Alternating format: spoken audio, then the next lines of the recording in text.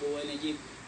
Pero may mga naghabol sa 5 p.m. deadline ngayong araw ng filing of consolidation o pagbuo ng kooperatiba. Sina Ever Riston Torifiel hinabol ang application ng 28 jeep na kasasali lang sa kooperatiba. Yung mga bagong sali, bagong pasok na mga single operator na natatakot baka hindi na makabiyahe.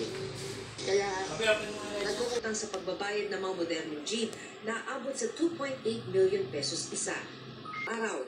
Simula bukas, may 60 araw ang mga kooperatiba para makompleto ang mga requirement. Basta bawal nang mamasada mga hindi pa nag-a-apply para sa consolidation kung sa ruta nila ay 60% consolidated na. Makakapasada pa ang mga news. Maki Pulido, nakatutok, 24 oras. Nakahanda na sa mga mabibiktima ng